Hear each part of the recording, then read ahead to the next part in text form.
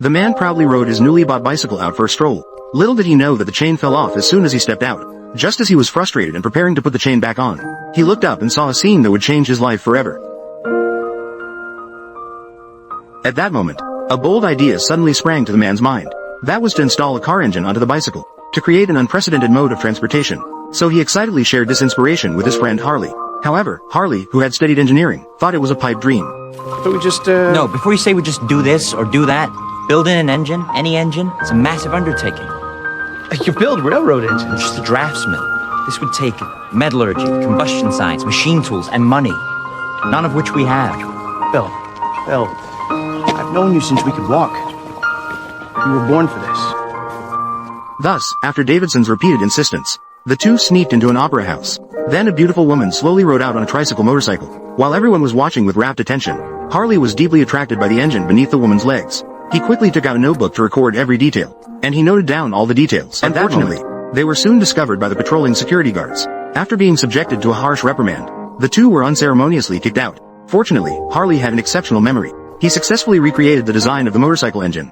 The two found a local bicycle factory. Subsequently, the boss hoped to receive support. However, the boss glanced at the blueprint and decisively rejected it, because in his eyes, the other party was just two restless young kids. Davidson had no choice but to use naming rights to seek investment. We call ours the Davidson Harley Merkel. My name comes last, huh? You are last to the show, sir. We would give you a majority ownership as well. I get it, kid. But this won't work. Bike frame can't carry the horsepower. At that moment, the boss could never have imagined what a glorious future he was rejecting. Since no one was willing to invest, Davidson transformed the abandoned storage room at home into the starting point for realizing his dream.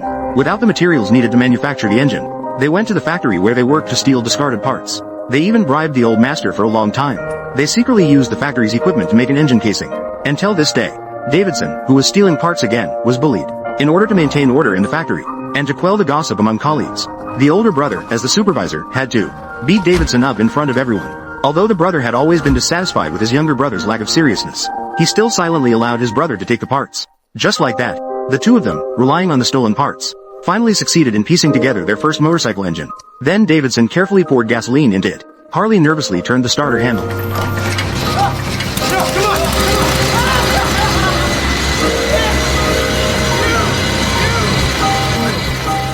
But the joyful mood didn't last 2 seconds. The engine suddenly blew a cylinder. Harley immediately realized what the problem was. The discarded parts they used were not precise enough. They simply could not meet the engine's requirements. It seems that the path of saving costs by stealing parts is not feasible. Just when the two were at a loss for what to do, Davidson suddenly thought of his cousin Walter. He not only has hundreds of acres of farmland, but he was also a railway engineer. If he could get his help, then the current problems would be easily resolved. So he dictated the grand blueprint, while having Harley write a letter, saying that he and Harley had built an incredible motorcycle, and a powerful and fast engine.